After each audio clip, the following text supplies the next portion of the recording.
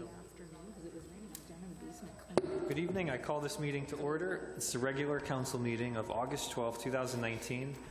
The time is 7:30 p.m. Will the clerk please take roll? Mayor Pro Tem Bliss. Councilman Corbett. Here. Councilman Gettings. Here. Councilor Grafstein. Here. Councilwoman Scott. Here. Councilman Soltis. Here. Mayor Harbaugh. Yes, I'm here. Mr. Mayor, Yes, please. I would like to move to excuse Mayor Pro Tem Bliss from the meeting tonight. Okay, thank you. Is there a second? Mr. Mayor, Mr. Gettings? I'll second the motion. Thank you, sir. So motion made by Councilor Grafstein, seconded by Councilman Gettings to excuse Mayor Pro Tem Bliss from tonight's meeting. Any discussion? All in favor signify by saying aye. Aye. Opposed, say no. The motion carries. All right, would you please rise if you're able for an invocation to be led by Councilman Dave Soltis and remain standing for the pledge. Let us please take a moment of silence for the victims and families of the senseless violence in El Paso, Texas, and Dayton, Ohio, and also for the heroic efforts of law enforcement first responders, please.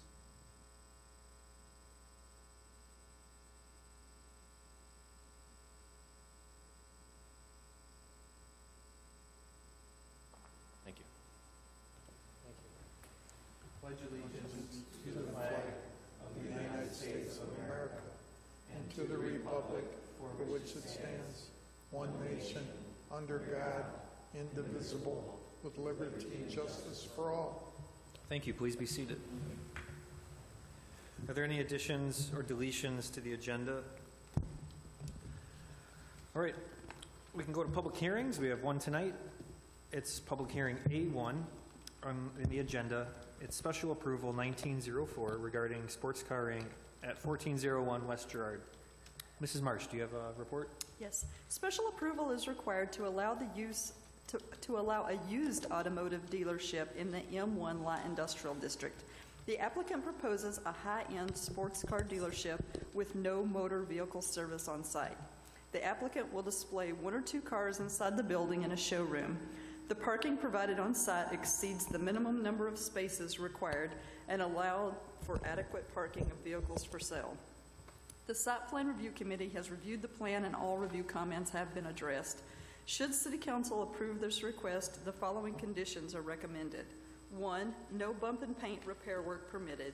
2, the applicant must follow the International Fire Code of 2015, which states must have less than 5 gallons of gas in any vehicle parked. Batteries must be disconnected. Fuel tanks and fill openings must be closed to prevent tampering, and no fueling or defueling within the building. The applicant must also follow the National Fire Protection Association Code and obtain a permit from the fire marshal for the presence of vehicles indoors. Thank you. Before City Council considers special approval 1904, there's a public hearing on this issue. So I open the public hearing regarding special approval 1904, Sports Car Inc. Would anyone from the public like to discuss this specific project? Special approval 1904. Yes. Name, please. Gloria Moore, 27368 Dartmouth. Where's the street at? West Girard. It's the west side of Stevenson. Okay, thank you. The public hearing is still open on special approval 1904. Would anyone else like to be recognized? Welcome, sir. Could you please identify yourself? My name is Chris Vassar, 29724 Mark. We'll be directly behind the building. Yes, sir. My question is, are they going to change the lighting on that at all? It will affect directly our house is the reason why we're wondering. That's a good question. Because the light bubble, my dad built that house in the 50s, so he's been there forever. So we're concerned about noise of the cars, since it's going to be exotic. So two questions, exterior lighting Yep. and the Noise noise. for the cars. Okay. And once this is granted, further from this point on, if they choose to leave, does this open the door for anybody else to come in once the zoning is changed? And if so, what kind of regulations are going to be put on them? We don't want a repair shop there. We don't want any kind of repairs, fixing, fumes, any of that stuff. And the noise is the biggest thing. my parents are elderly now, so, noise is a big issue, and time of operation as well. What is going to be their hours of operation? We can attempt to answer these questions right now. I'll ask the Mr. city Mann? manager first, but perhaps Yes. there's another city employee that can address at least some of these. Yes, so the hours of operation are Monday through Friday, 10 to 5. And I think that the owner is here as well as our CED director, so I'll defer to them for most of your questions. It's a special use approval, though, instead of a complete rezoning. Okay, so it'd be a one-time usage then? Kind of like Yes. if only for them permitted, and once they were to, if they were to leave, that zoning would go back to the original? I'll defer that to Barry, but I believe so, yes.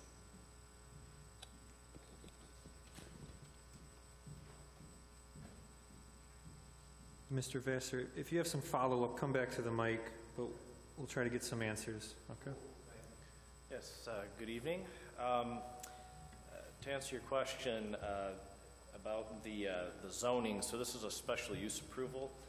It was designed, it's not a rezoning, so the property is staying the same zoning it's always been, which is M1.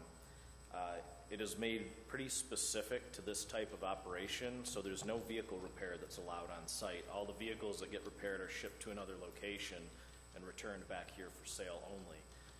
I will have to defer to the owner to answer the question about the lighting, but the site plan that we reviewed showed no increase in the lighting or anything that's going on back there. It's mostly a storage kind of area in the back for cars that are waiting. It's my understanding a lot of the sales are actually done online. It's not even people coming in. They're very specific customers. So when drafting this recommendation, it's very specific to this type of used car dealership. So yes, someone could come in and take over the operation later under the special use permit, but only if they fit these exact requirements, which most general like used car dealers wouldn't be able to match what this is. And it's above my pay grade, but our code has requirements for lighting. I mean, it's very scientific how many, what's the term, candelas of light can be observed from one property to the adjacent property. And that happens from time to time, especially businesses that may be concerned about evening security issues where the lights are disruptive to the adjacent. So that's something that the city has responded to before. So if that is the case, the city would defend the home and work with the business. But that has happened before, and that can be worked out. Regarding noise, if they close at 5 p.m., and then I think that answered your questions about lighting, noise, what happens to the next possible tenant, and the timing and the zoning. Are you satisfied, at least with the answers? You don't have to like them, but...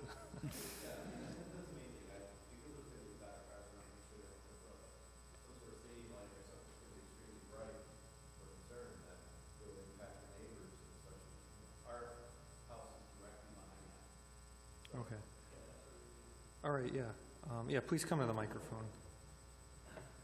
Welcome, sir. If you could please identify yourself.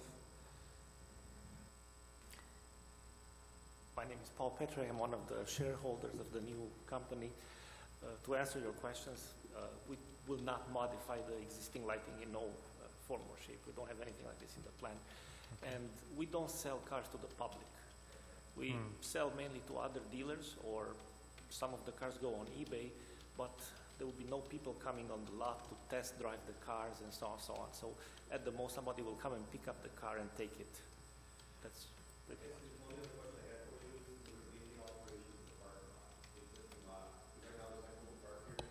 We'll just have to build a Could you wait, just for the people at home, the question was, will there be any modifications to the existing parking lot? Yeah, because right now there's a park that's kind of behind there. It's not actually a parking lot. They took a green zone and make like a place to sit and have lunch. It'll stay the same. Okay. Yeah. Okay, appreciate it. Thank you. Thank you. The public hearing's still open. Anyone can address city council on this subject. Would anyone else like to speak on this special approval? Your Honor, Yes. I have a question for Paul. So you said that, so if I wanted to buy one of your cars, that you're not really looking for someone like me to walk in You're, Not necessarily. Okay. I mean, it's a possibility, a very slim possibility, okay, but generally we sell to other dealers. okay. That's And, the business, wholesale. okay, but there are going to be some cars that are on display, so if I happen to be walking in, can take a look? I have to think. You about it. discourage that? You discourage that, okay. Yes. There will be no prices on the cars, and no balloons, or nothing like that. The cars will be just stored over there. Okay, so it's more or less a storage Storage. place? That's Okay, what thank I'm you. saying. Yeah, thank you. Appreciate that. Would anyone like to address City Council on this special approval? The public hearing is about to be closed. No one else has asked to be recognized. I'll close the public hearing. What's the wish of City Council? Mr. Mayor? Yes, sir. Sir, I move that the council grant special approval for a sports car company at 1401 West Girard Avenue, subject to the conditions requested by the CDD. No bump and paint repair work permitted. Number 2, applicant must follow Fire Code 2015 314.4 in that must be less than 5 gallons of gas in any parked car. The batteries must be disconnected. The fuel tanks and fill openings must be closed to prevent tampering.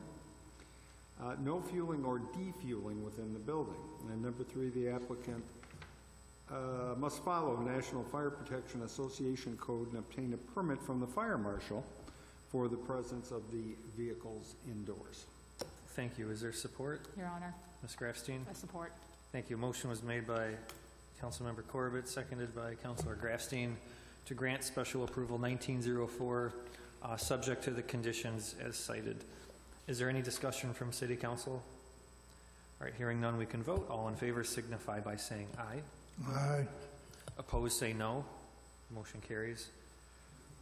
The next item on our agenda will be if there's anything of interest to the party that would like to be brought forward. I stated that kind of funny, but is there anything in the agenda that someone wants to be brought forward earlier? All right, we'll go to meeting open to the public. I'll just do it later myself. Thank you. We'll do meeting open to the public. This is the opportunity for people to address City Council on any subject. Please be so kind to limit your comments to 3 minutes or less. And it'd be helpful, but not required, if you give us your name, address, and any affiliation. Welcome, Ms. Moore. Hi. My name's Gloria Moore. I live at 27368 Dartmouth. I'm founder and president of Friends of the Madison Heights Area Senior Citizens. And I would like to thank Police Chief Corey Haynes for providing us with security on a situation that had some problems with it, and we were able to have a safe meeting and be able to make it home safely. Also, we're having another third Tuesday public meeting, August 20th at 7 p.m. over at Clark's Fabrication and Design at 1444 East 11 Mile Road. It's between John R. and DeQuinder. It's on the south side of the street, and everybody is invited to come. Refreshments will be provided. Friends are of all ages. So, thank you. Thank you. Would anyone else like to address City Council? Good evening, Ms. Shields. Pat Shields, a longtime resident of Madison Heights, and I'm here once again to ask the City Council to opt out for recreational marijuana. I hear the people's arguments that we legalize tobacco. That's right. And the big tobacco companies glamorize smoking through Hollywood movies, TVs, billboards, in any way they could to induce our youth to smoke. They got rich, and 50 years later, we see the effects of tobacco smoking. Hundreds of thousands of people dying from lung cancer. We legalized alcohol. We got addicts, broken homes, people living on the streets, and dying from liver disease. Neither one of these devices did anything to improve or enrich the life of these people, but only enriched the pocket of the big tobacco companies and big money people. And now they're back again, pushing marijuana, and they're coming after our youth with their high-potency THC products. Study after study shows marijuana use results in severe mental illness, psychosis, and schizophrenia. But then why not allow it? They ruined our livers, our lungs, and why not give them our kids' minds too? Severe mental illness will be our next big fight as the pot industry laughs all the way to the bank. I urge you, do not make it easy for our youth to obtain marijuana products in our city. Up out for recreational marijuana. Thank you. Thank you very much. Would anyone else like to address City Council this evening? Good evening, sir. Michael Sally, 25446 Miracle. I'd like to address the problem of lane closures on John R. between Lincoln and Ajax. Last week alone, there were 15 lane closures for various reasons. It's starting to get out of hand. There was a lane closure this morning. It's starting to get out of hand, the lane closures down there. And I'm really, really starting to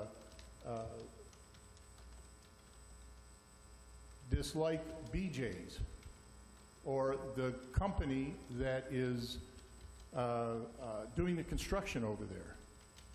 It's terrible. Thank you. Thank you. Would anyone else like to address City Council? The meeting is open to the public. All right. No one else is asked to be recognized. We can continue on the agenda. We have a communication regarding the Michigan Municipal League, and it's the annual convention delegate and alternate designation. Mrs. Marsh, do you have a report? Yes, City Council is scheduled to select one delegate and one alternate to represent the City of Madison Heights at the Michigan Municipal League's annual business meeting from those council members planning to attend the convention. This year's annual meeting is scheduled for 4:15 p.m. on Wednesday, September the 25th at Cobo Center, and Margene Scott has expressed an interest in being the delegate, and Rosalind Grafstein has expressed an interest in being an alternate. Thank you. What's the wish of City Council? Mr. Mayor? Yes, sir. So I move that the council appoint Margene Scott as the delegate and Rosalind Grafstein as the alternate for the upcoming MML convention in Detroit. Thank you. Is there support? Your Honor. Mr. Soltis? Support. Thank you. Motion was made by Councilmember Corbett, seconded by Councilmember Soltis to appoint Margene Scott as the city's delegate and Rosalind Grafstein as the city's alternate delegate to the annual convention of the MML. Is there discussion? No discussion. All in favor signify by saying aye. Aye. Aye. Opposed say no. The motion carries. Before we do reports, I'm moving an item up. We're going to move item G1, which would have been later in the agenda. We're actually going to address item G1 now. G1 is ordinance 2142. It's regarding the payment in lieu of taxes for the 3 properties on DeQuinder. It's the second reading of ordinance 2142. Mrs. Marsh, do you have a report? Yes, this is the second reading for ordinance 2142 for a payment in lieu of taxes agreement with Cypress Partners in connection with luxury affordable senior housing development on 3 parcels located at 30021, 30031, and 30071 DeQuinder. In accordance with the Michigan State Housing Development Authority, also known as MISTA, Act of 1966, and in compliance with MSHDA's requirements and guidelines, the City of Madison Heights is authorized by this act to charge a pilot in lieu of normal property taxes. This is an annual service charge that is paid by any or all classes of housing exempt from taxation under this act at any amount the city chooses, not to exceed taxes that would be paid for by this act. Cypress Partners is proposing a 120-unit senior luxury affordable housing development with units available to various income levels to be constructed on those 3 parcels of DeQuinder. In order for a senior housing development to occupy this space, Cypress Partners will need to submit a rezoning request from R2 to O1, a special use permit, and a variance to allow residential on the first floor. In order to make this project feasible for the developer, the city has been requested to consider a pilot. After several months of discussions, the city attorney and I have negotiated the specific pilot terms for a period of 40 years as required by MSHDA. We have negotiated these terms with Cypress Partners conditioned upon the City Council approval and included in this ordinance 2142, which provides for the single project to pay in lieu of taxes 4% of net shelter rents to be split between all taxing units.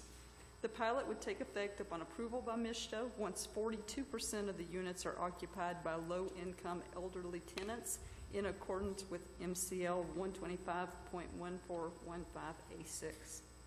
In addition, under a separate agenda item, Council is being asked to consider a municipal services fee in the amount of $25,000 that increases each year by CPI to be retained by the city, and a $100,000 emergency services payment to offset the anticipated increase in emergency medical service runs to a senior living facility to be paid in year 1 as retained by the city. Estimates of the 4% net shelter rents would be $64,360. The city would receive $20,300 of that amount.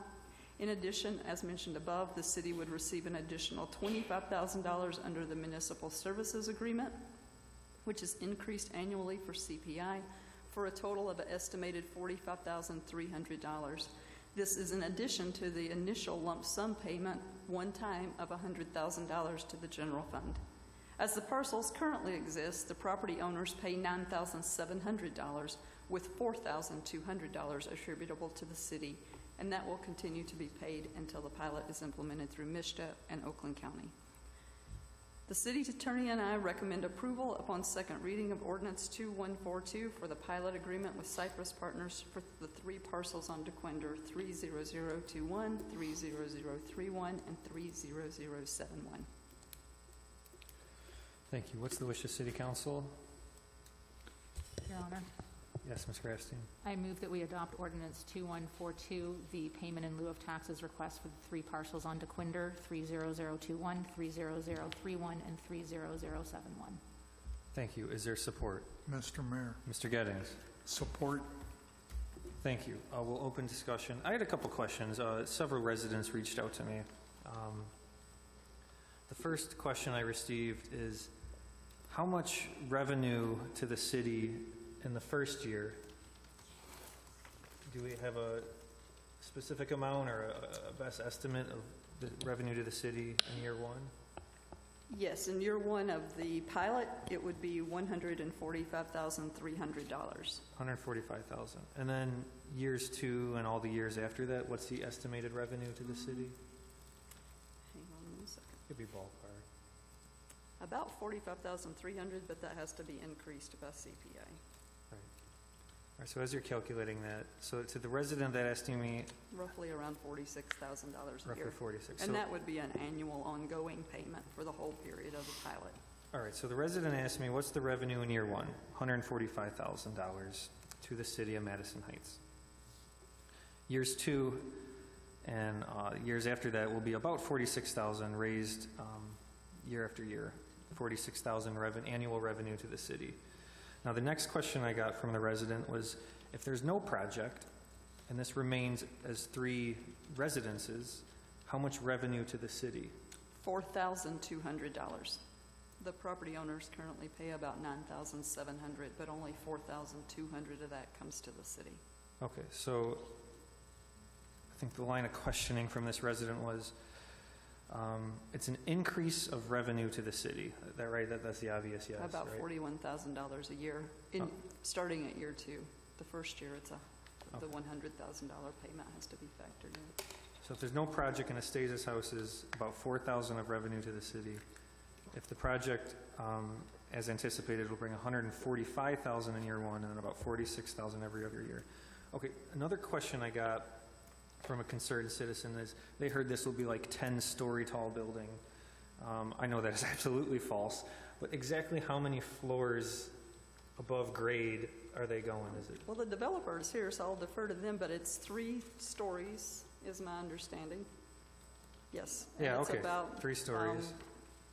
I think the roof goes up to maybe about 40 feet, so they will have to get a variance because under city code, you can only go to 30. But it's not a flat roof building. The building looks more like a house. It's got a peaked roof, so that accounts for the height difference. Do you remember how tall the new BJ's sign is? It was the peak was around 35 feet, and I think they brought it down to like 33, so they had to get a variance for just the peak entrance, but the rest of that was under the 30 feet Okay. amount. So about 5 or 8 feet taller than the new BJ's sign. And then the other question I got from a concerned neighbor was, is there any public land or city-owned green space that's being handed over for this private project? None. No public land. Okay. Those are the questions I The got. city doesn't have any involvement in it. It's a private-to-private sale, so the city doesn't control the sale. All right. I hope those dear concerned citizens were listening, but those are the questions. That's the feedback that I received. Other discussion from council? Mr. Mayor? Mrs. Scott? No, I'm sorry. I would like to be apprised, if possible at this time, how much of a setback there will be from the west fence bordering the subdivision to the actual building and/or any noise factor like driving around, driveways where cars will be driving around behind the building. So I'd just like to know the cushion of noise and lighting there would be to the residents that live in the subdivision to the west. Do we have that or I'm approximate? going to defer that to the developer to see if they know or Barry, either one. I haven't seen that on the site plans. I know there's not much driving around. Typically, the people don't drive a lot in the complex, but Right. This is Jeff Buck from Cypress Partners. Right. We're working out those details now with Barry's help, and I think that the setback of the building right now is about 60 feet from the property line. Okay. And is there any activity or parking that would go around in the back? For, in other words, if the residents wanted to go around from the east to the west or vice versa? Yeah, Would there be a lane for them to do that? Yes. Okay. But what do you anticipate the activity now? For instance, what about delivery trucks? Delivering supplies to the building? They would pull to the back of the building, I would assume, but this is Clyle, she's without. Okay. If you remember. All right. Hello, Okay. I'm Kyle Barker, I'm from the management company, and we manage 7 of these buildings right now. The amount of deliveries we get isn't huge because we're not doing, it's not like assisted living where we're serving lots of, 3 meals a day every day and have a whole bunch of nurses, and that is not, this is independent living. So there isn't a lot of traffic, you're correct, there's not a lot of driving around, and the deliveries would be minimal. It's Okay. usually not an issue. We do allow parking all around the building so people can park as close to their apartment as possible, and we have elevators at the side so that people don't have to take more steps than they necessarily need to get to and from their home. Right. I was just trying to determine if at this point you have any knowledge of any intrusion from the peace in the neighborhood to the west. That's what I was concerned about. It's going to be well landscaped, and the masonry wall is going to be required to be put up, so. Oh, there will. How high will the wall be? 6 or 8? 6 or 8? Say 6 feet, but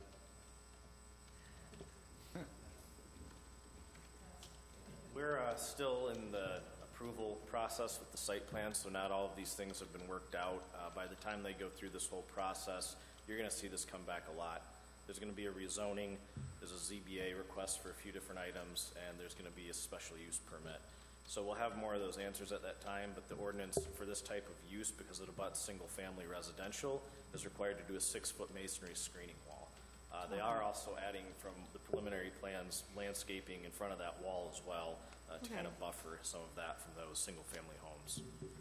Yeah, I really don't have any serious concerns at this point, but I just wanted to make sure that the residents who could be affected by that building will be able to still come to the council meeting and express what they would like to see back there or any objections to what could be planned. There will be the rezoning, there will be a public hearing for. The special use, there will be a public hearing for.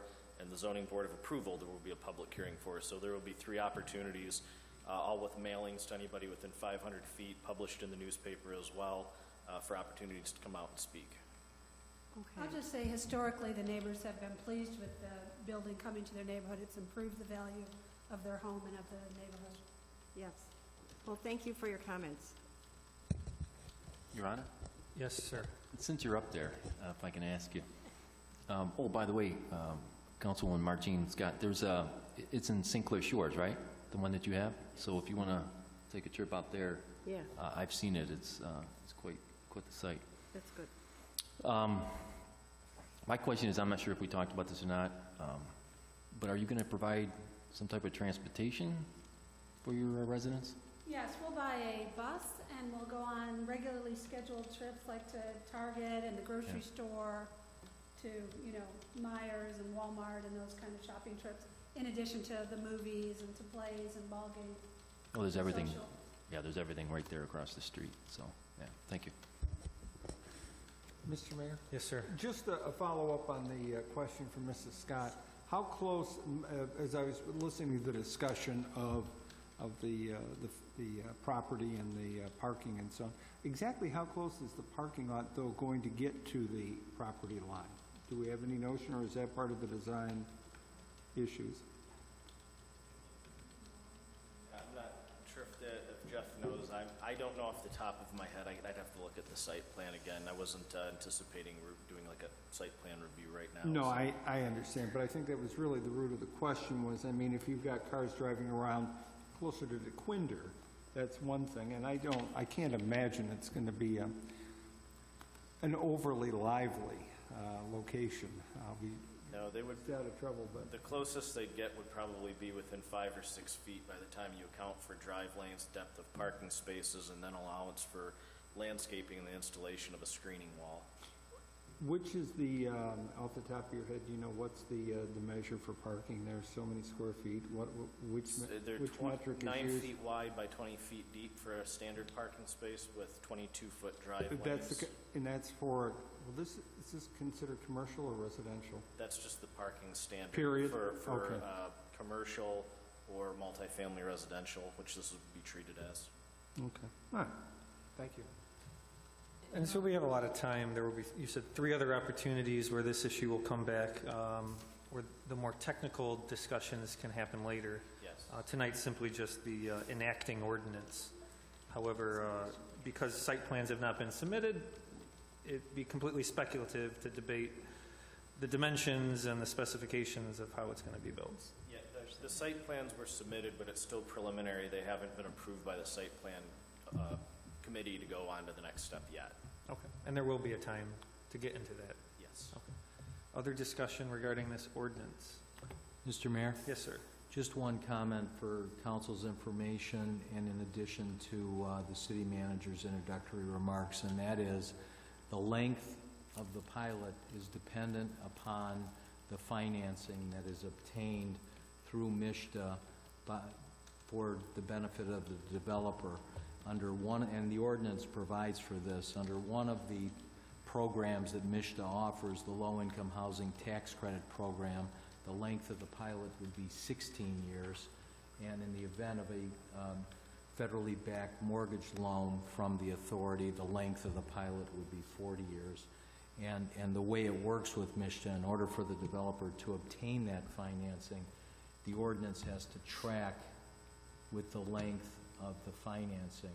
In other words, the pilot must remain in place. And as indicated, until 42% of the units are occupied by persons or families that are elderly and whose household incomes do not exceed 60% of the area median income as determined by HUD, the pilot does not start. So that's the threshold that has to be met in order for the pilot to commence and in order for the rest of the agreement to fall into place. Thank you. Is there other discussion? All right, let's vote on this ordinance. All in favor signify by saying aye. Aye. Opposed, say no. Motion carries. We can go back to the regular spot in our agenda. That was reports. And we can go to D1 on the related subject. Report D1 from the city manager. It's the municipal services agreement with Cypress Partners in coordination with the ordinance that was just adopted. Mrs. Marsh? In accordance with the ordinance 2142, which we just heard, to establish and authorize an annual payment in lieu of general property taxes for 4% of shelter rents, the city attorney and I have negotiated with Cypress Partners for a separate municipal services agreement. This agreement is for Cypress Partners to pay to the city no less than $25,000 annually, increased for the rate of inflation annually. This annual payment will be in addition to a one-time lump sum payment of $100,000 due 30 days after Cypress Partners receives certification from MISTA. The city attorney and I recommend that City Council approve this municipal services agreement and authorize the mayor and city clerk to sign on behalf of the city. Thanks. What's the wish of City Council? Mr. Mayor? Yes, Mr. Corbett? Sir, I move that the council agree and concur with the recommendation of the city attorney and the city manager and approve the municipal services agreement with Cypress Partners, LLC, and authorize the mayor and the city clerk to sign on the city's behalf. Thank you. Is there support? Your Honor, Ms. Grafstein? support. Thank you. A motion was made by Councilman Corbett, seconded by Councilor Grafstein, to adopt the recommendation of the city attorney and manager to approve the agreement with Cypress and authorize the mayor and clerk to sign on behalf of the city. Is there discussion? All in favor signify by saying aye. Aye. Opposed, say no. Motion carries. The next report is item D2. It's from the city attorney. It's the renewal of the entertainment permit agreement with Big Five Entertainment. Mrs. Marsh? On November 15th of 2002, Big Five Entertainment, Inc., doing business as Augie's on 31660 John R., entered into an agreement for an entertainment permit requiring an annual review by City Council. The Vice President of Big Five Entertainment has indicated his desire to have the agreement continued on the same terms and conditions during the next year. This agreement permits karaoke with prizes as a permitted activity. The Police Department and City Attorney's Office have reviewed the agreement for entertainment permit and have no objections to its continuation in accordance with its terms. Based upon the good working relationship with this establishment and the review of the police reports, police contacts, and the LCC file, Chief Haynes recommends a 2-year extension for this agreement. If council concurs, the appropriate action would be to continue this agreement for an additional 2 years, subject to the same terms and conditions, including but not limited to the next annual review, which shall take place on or about August 1st of 2021. Thank you. What's the wish of City Council? Mr. Mayor? Yes, sir. Sir, I move that the city council approve the renewal of the entertainment permit agreement with Big Five Entertainment doing business as Augie's Lounge, subject to the same terms and conditions, but not limited to the next annual review, which will take place on or about August 1st, 2021. Thank you. Is there support? Mr. Mayor? Mrs. Scott? Support. Thank you. Motion was made to adopt the recommendation to renew the entertainment permit agreement with Big Five Entertainment doing business as Augie's Lounge at 31660 John R. Road. Let's see. For an additional 2 years, subject to the same terms and conditions, with the next annual review date of 8/1/2021. Is there a discussion? All in favor signify by saying aye. Aye. Aye. Those opposed say no. Motion carries. The next report for our review is Report D3. It's another renewal of the entertainment permit agreement. Mrs. Marsh? Staff, the City Attorney's Office, and I recommend the approval of the renewal of the agreement for entertainment permit with the Masters Restaurant Group, doing business as the Masters Restaurant at 1775 East 13 Mile Road. If council concurs, the appropriate action would be to continue the agreement for 2 years, including but not limited to the next review that will take place on or about July the 1st of 2021. Thank you. What's the wish of City Council? Mr. Mayor? Mrs. Scott. Yes, I move to continue the agreement with the Masters Restaurant Group, Inc., doing business as the Masters Restaurant at 1775 East 13 Mile Road, and that would be, but not limited to, the next review that would take place on or about July 1st, 2021. Thank you. Is there support? Mr. Mayor, Mr. Gettings? support the motion. Yes, thank you, sir. Yes, sir. Motion was made to continue the entertainment permit agreement with the Masters Group, Inc., doing business as the Masters Restaurant at 1775 East 13 Mile Road for a 2-year period, with the next review to take place on or about 7/1/2021. Is there discussion? All in favor signify by saying aye. Aye. Opposed, say no. The motion carries. The next report is item D4. It's another entertainment permit agreement renewal, this time regarding Red Robin. Mrs. Marsh? Red Robin at 31805 John R. has made its biannual request to renew the existing entertainment agreement. The police department has checked departmental and liquor control commission related records for the past year, and the police chief recommends renewal for a 2-year period. The city attorney's office has contacted the owner and has confirmed that the agreement would continue without changes. Based upon the good working relationship with this establishment and to review of the police reports, city records, police contacts, and the LCC file, staff and I recommend renewal of the entertainment agreement with the Madison Heights Robin, Inc. for a period of 2 years until the next review, which will take place on or about August the 1st of 2021. Thank you. What's the wish of City Council? Mr. Mayor, Yes, sir. I move that the council approve the renewal of the entertainment permit with the Madison Heights Robin, doing business as Red Robin Restaurant, at 31805 John R. for a period of 2 years until the next review, which will take place on or about August the 1st, 2021. Thank you. Is there support? Mr. Mayor? Mrs. Scott? Second. Thank you. A motion was made to approve the renewal of the entertainment permit agreement with Madison Heights Robin, Inc., doing business as Red Robin Restaurant at 31805 John R. Road, with the next annual review to take place approximately August 1st, 2021. Is there a discussion on this matter? All in favor signify by saying aye. Aye. Those opposed say no. The motion carries. The next and final report will be D5.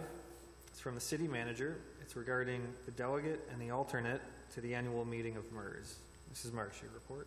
City Council is requested to appoint Barb Lilly and Ashley Yates as officer delegate and officer alternate respectively to certify as the employees election and to certify the employees election of Lamont Powell and Jane Kaminsky as employee delegate and employee alternate to attend the 73rd annual MERS meeting on October the 3rd through the 4th at Grand Traverse Resort in Michigan. Thank you. What's the wish of City Council? Mr. Mayor? Mr. Corbett? So I move that the council appoint Barb Lally and Ashley Yates as officer delegate and officer alternate respectively to the Michigan Employees Retirement System. Additionally, we would confirm the election of Lamont Powell and Jane Kaminsky as the employee delegate and employee alternate attending the MERS meeting in October. Thank you. Is there support? Mr. Mayor? Mrs. Scott? Second. Thank you. There was a motion to appoint Barb Lully and Ashley Yates as the officer delegate and officer alternate, and to certify the employees' election of Lamont Powell and Jane Kaminsky as the employee delegate and employee alternate to attend the MERS meeting in October. Is there any discussion? All in favor signify by saying aye. Aye. Aye. Those opposed say no. The motion carries. That concludes reports. We can continue on the agenda to Section F, bid awards or purchases, and we have two tonight. F1, is regarding the police department vehicle replacements. Mrs. Marsh? Annually, we try to replace 5 police department vehicles a year. This year, the fiscal year 2020, the adopted budget only includes funding for 3 police department vehicle replacements. We are requesting to replace 108 and 110 through the use of general fund monies and 103 through the use of drug forfeiture funds. Staff and I recommend the purchase of these 3 police interceptor utility vehicles in a unit pricing of $36,274 each from Signature Ford through the Macomb County Cooperative Purchasing Program for a total amount of $108,822. Funds are budgeted and available in the general fund and the drug forfeiture funds. Thank you. What's the wish of City Council? Mr. Mayor. Yes, sir. Sir, I move that the council approve the purchase per the 2020 budget of 3 police interceptor utility vehicles in unit pricing of $36,274 from Signature Ford through the Macomb County Cooperative Purchasing Program for a total amount of $108,822. The funds are budgeted and available in the general fund and from the drug forfeiture fund.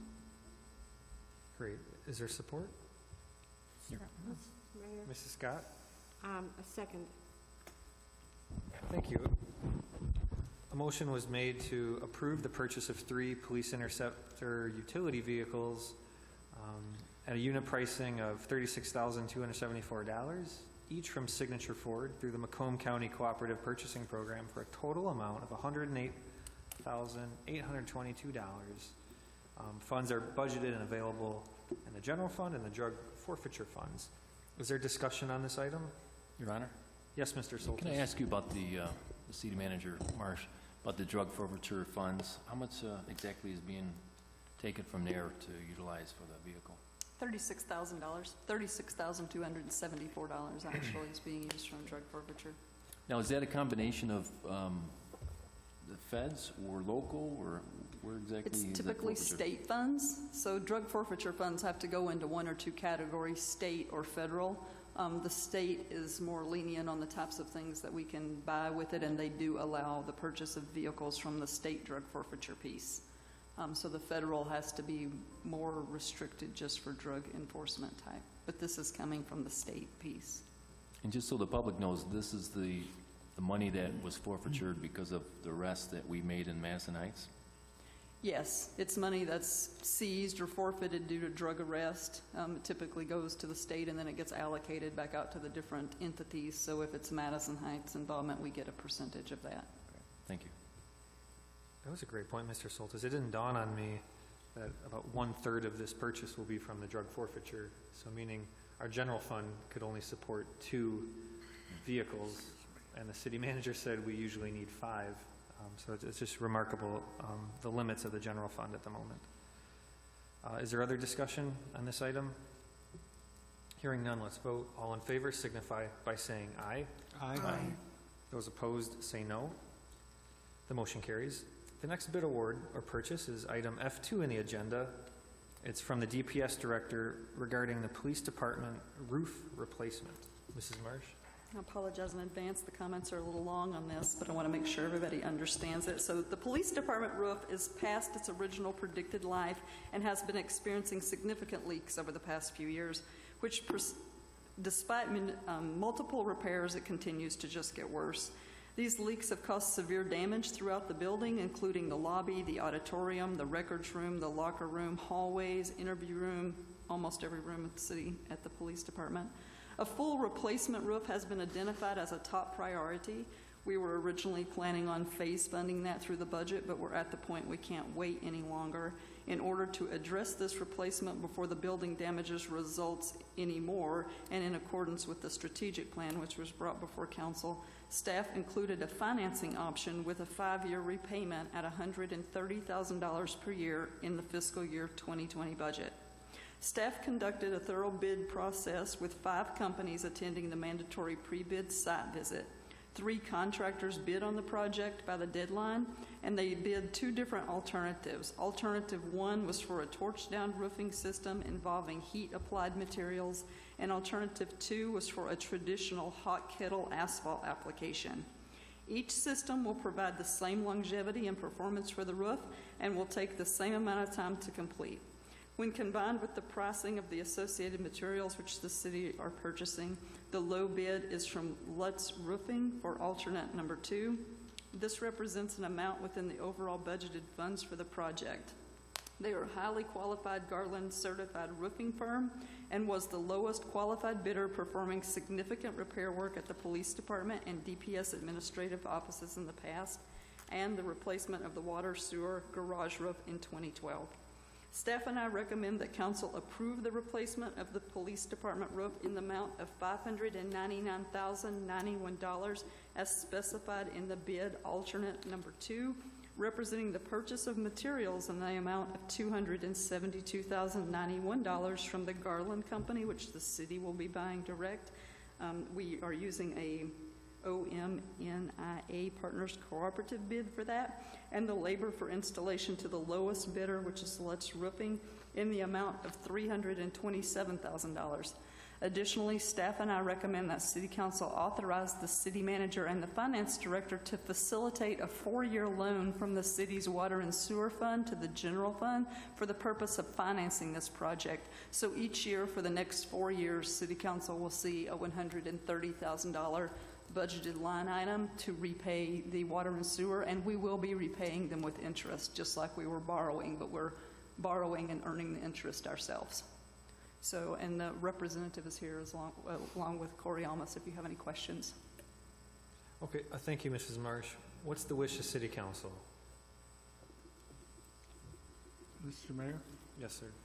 So I move that the council approve the replacement of the police roof, and that it be accomplished, number 1, through the purchase of materials in the amount of $272,091 from the Garland Company. In addition, Lutz Roofing will perform the actual work in the amount of $327,000 for a total of $599,091. This will be accomplished through the execution of a 4-year loan from the City Sewer and Water Fund. Thank you, sir. Is there support? Your Honor, Mrs. Grafstein? support. Thank you. A motion was made by Councilman Corbett, seconded by Councilor Grafstein, to approve the replacement of the police department roof in the total amount of $599,091, which is broken down as follows. For the purchase of materials, $272,091 from Garland Company through OMNIA Partners Cooperative Bid, and for labor and installation to the lowest bidder, Lutz Roofing, in the amount of $327,000. Further, this also approves the 4-year loan from the city's water and sewer fund to the general fund for the purpose of financing this project. What's any discussion from City Council? Mr. Mayor? Yes, sir. Just a quick question, and I'm not really sure, Corey, that it means a whole lot, but is there a reason why we're purchasing the materials for someone to do the work as opposed to the contractor themselves just charging and bringing the whole thing to the site? I'm just wondering why that is. We don't see that a lot. I'm going to defer some of that to Matt Verhey with the Garland Company. Well, we're tax exempt for one thing. Oh, I like the thinking, but yeah, okay. My name is Matt McVan with the Garland Company. Welcome. To answer your question, the Omnia partnership is a purchasing cooperative. So we hold a contract for roofing services and design through that. What that does is, yes, it provides us with a tax exemption for that, but also allows us to give a discount for direct purchase to the city that we aren't allowed to give otherwise. And by doing so, that also eliminates the contractor markup on the materials. Oh, that's interesting. Just say it's not very usual that we see a case where the city can get material cheaper than the vendor or the contractor, but works for me. Thank you, sir. Mr. Mayor, Yes. I have a question also. I vaguely remember, and I think the two Bobs might also remember, the controversy that existed when we built this police station, and it was a lot about the flat roof, people anticipating problems, and here we are. Is this something that's typical with a flat roof construction over a period of years, or is there something unusual about our building that would have caused the destruction of this? No, I wouldn't say it's anything unusual. The roof that's on there currently was designed for a 20-year warranty with about a 25-year serviceable life, and I think we're pushing 8 years, yep. 8 years beyond life expectancy for that roof. Beyond that. So the roof we're putting on now, instead of a 20-year system, is a 30-year system, so it will last longer. Okay, I'm in favor of that. Your Honor? Yes, sir. I mean, I, for one, can vouch for some of that. Now, I was just a guest. I wasn't in anything more than that. But, you know, in $600,000, that's a big chunk of change. I'm wondering if, I'm just spitballing it, but I'm wondering, in light of transparency, can we have some pictures on the website, like before and after shots, to see what kind of damage is really happening, and then, you know, how we make the improvements? Is that a possibility? Yeah, absolutely. We can show some damaged internal that's going on right now, that the police chief and the police department as a whole has experienced. Yeah. As well as the current condition on the roof. I believe we already have some of those photos, Matt. And then during construction and post-construction, absolutely. Yeah. I think as part of the public myself, I would be interested in seeing that. Thank you. Your Honor? Yes, We sir. have a lot of confidence in you for the next time Councilman Soltis and I are guests at the police station. So, good luck. Thank you. Thank you. As long as Councilman Corbett wears his new eyeglasses there. There you go. Right. I will make a note for what it's worth that Lutz Roofing is a union shop with trained and certified and insured workers. And from a town where about 1/3 of our registered voters are auto union workers, and another third are union teachers, and I'm guessing a lot more are plumbers and carpenters and builders and other skilled tradesmen. It's remarkably important to me to see that this company understands the important relationship between labor and a community. So I know you represent Garland, but tip of the cap to Lutz Roofing, who's getting the job for the work. So just wanted to put that on the record. Any other discussion for this matter? All right, let's vote. All in favor signify by saying aye. Aye. Aye. Those opposed say no. The motion carries.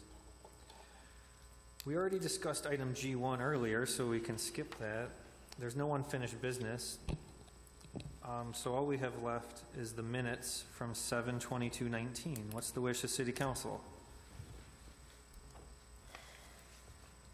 Mr. Mayor, Yes, Mr. Gettings. I make a motion to approve the minutes from July 22nd, 2019 of our regular council meeting. Yes, sir. Is there support? Your Honor, Ms. Grafstein? support. Thank you. A motion was made to approve the minutes from July 22nd, 2019. Is there any discussion? All in favor signify by saying aye. Aye. Aye. Those opposed say no. The motion carries. I don't believe there's any other business before council tonight, so before we close, I'd invite any closing comments from council and staff. Let's begin with Mr. Corbett. Just one item I was going to mention over the next couple of weeks. There will be some public announcements and some publicity regarding beginning this fall. We're going to have Sunday hours at the library. It's kind of a test flight, but we're optimistic. It's been one item that I've heard for many years that folks were interested in having it. Not only just people who work some 6-day schedule, but kids who are looking for access to the library material, or a trained researcher, which is what the librarians are, to help with homework and projects. So as the schools are normally closed on the weekend. So that will be coming out. Do you remember what Sunday we're starting, Melissa? I'm sorry. September the 8th through December the 15th, but they will be closed on December the 1st because that's the Thanksgiving weekend. Schools are closed and the hours are going to be 1 to 5. And I know we had a library advisory board meeting, and there was some discussion of programming, children's programming that will be generated during that time period. I believe that initially we were talking the storytelling parts for the younger ones, the toddlers or the little above that. But hopefully we'll begin to expand into some other things and possibly some, I'm sorry, what was the term, Melissa? Shared play or? Yes. We need a It's few. called shared play. Shared play, okay. We need a few things for that, including some carpeting or rugs in there, but one problem at a time. We'll get the building open on Sundays and we'll see if we can't move it along. That is a direct tribute to the residents of Madison Heights, who 7-8 odd years ago supported a library millage, who said that yes, maintaining a library institution in our community was important enough that they would stand up and support it. So here we are 8 years later. It's taken a while because of, and I'll spare everybody the nuances of property taxes, but it's taken a while for that millage to become, to generate more than just the minimum to put books on the shelves and keep the lights open and that sort of thing. So we've got a little extra now, and we can begin to invest back in some more things that the community wants, including the Sunday hours. So more to come on that. And thank you very much to the library staff, Rosalind over there, and the hardworking group that's putting it together for us. Thank you very much, sir. Thank you. Mr. Gettings. Nothing tonight, Your Honor. Thank you. Thank you. City Attorney, Mr. Sherman. Nothing this evening, Mr. Mayor. Thank you. Thank you. City Manager, Mrs. Marsh. Since Mark Bliss isn't here, I have to do the plug for the art board unless Margene's going to do it. They're having karaoke on Wednesday, August the 14th. Conies will be available 6 to 8, and karaoke will be starting after that. So it's at Augie's on John R. So show up, I guess, and show your musical talent, or not musical talent. We listen to everything. So that's about it. Thank you. City Clerk, Ms. Prince. Nothing this evening? Thank you. Councilor Grafstein. Yes, just a reminder that if you are interested in participating in the citywide garage sale on August 24th, to please let DPS know by Wednesday, I believe it is, August 14th. You just need to submit your address. We're hoping to get a large number of people who can participate in this, and if you aren't interested in selling anything, then please take a look around the city. And I think some of the businesses are also opening as well. Also, we've got BJ's, and I know that there's people who are happy with the people who aren't, but I just want to let people who are interested in knowing some of the things that they're doing in the community know that they've just donated about $50,000 to both Madison Heights and Taylor schools. For those of us who are involved in the schools, you'll know that one of the things we're always doing is saying, hey, school's starting, who has school supplies? Hey, teacher needs the couch, who has that? And these types of things. The library needs books. And schools are always looking for things. So there's a website, donorschoose.org, and different classes can go on, teachers can go on, and they can make a plea for this. So if you have an extra $5, you can put $5 towards this. And it appears that BJ's did just that. They went on and they found out that Madison Heights and Taylor, which is the other location they're going to be in, had schools that were in need, and they announced today that they've donated about $50,000 to those. So if you are part of any kind of organization, kids organization, something like that, and you're looking for someone in the area who can help you with something, when BJ's opens, you might want to hit them up. That's it. Thank you. Thank you. Mrs. Scott. Yes, Mr. Mayor, I wanted to announce again that there will be a learning experience offered by the library, and it is on Thursday, August 29th, beginning at 6:30. It's called Tidying Up, and it's going to talk about the method of decluttering. and I hope I have a front row seat in that event. But I think there's no charge, but you can register online so that they are aware that there will be a certain amount attending. But I think it'd be very beneficial to a lot of people. Also, I wanted to announce that there will be a Meet the Candidates. I'm telling you ahead of time because I want to make sure we all are aware of the individuals that are running for city council and for mayor that is going to be at the annual election, the semi-annual, no, the biannual election, 2 years. Did I get that right? Yes. All right.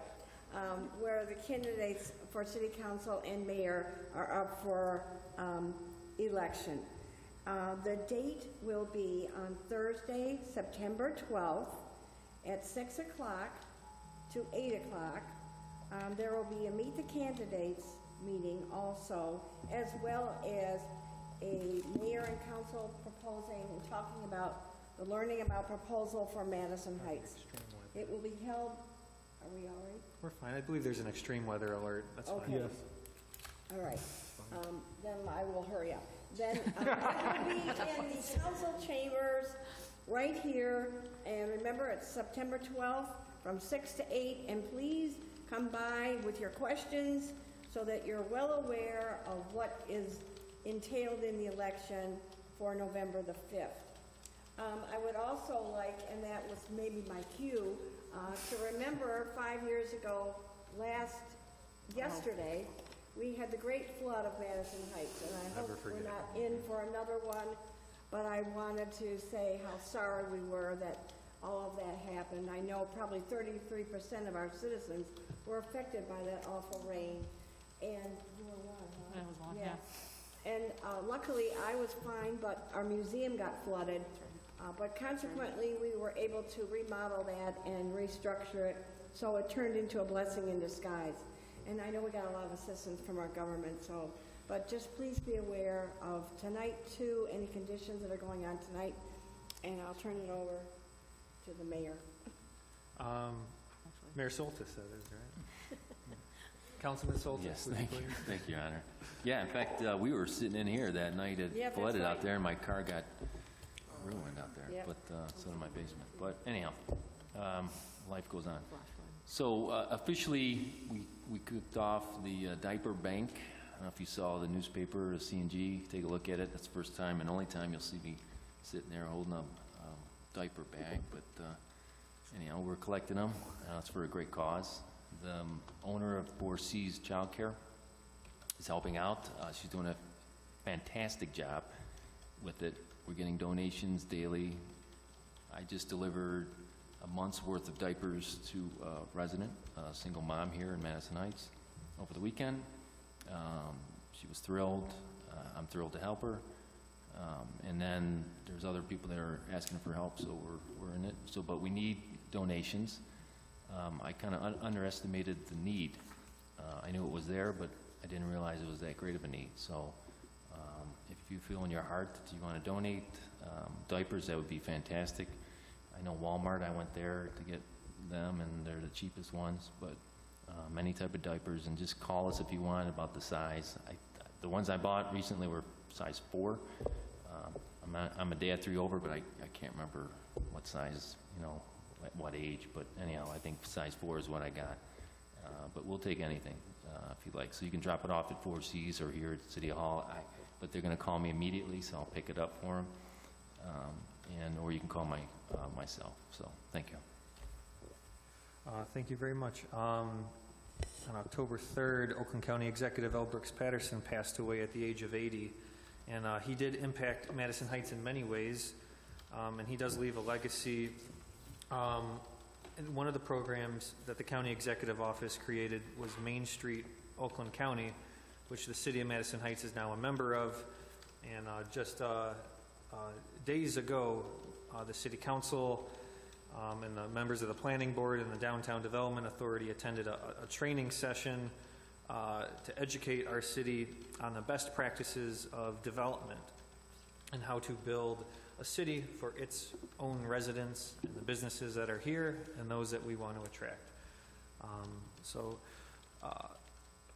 L. Brooks Patterson's legacy will continue, and I ask that the city issue a proclamation, a condolences resolution that I will deliver to his family at the private funeral this week, and it'll be my honor to deliver that, and any shared kind remarks from the other members of the city administration. I'll just leave it at that, and there's no other business before city council, so this meeting is adjourned. Good night.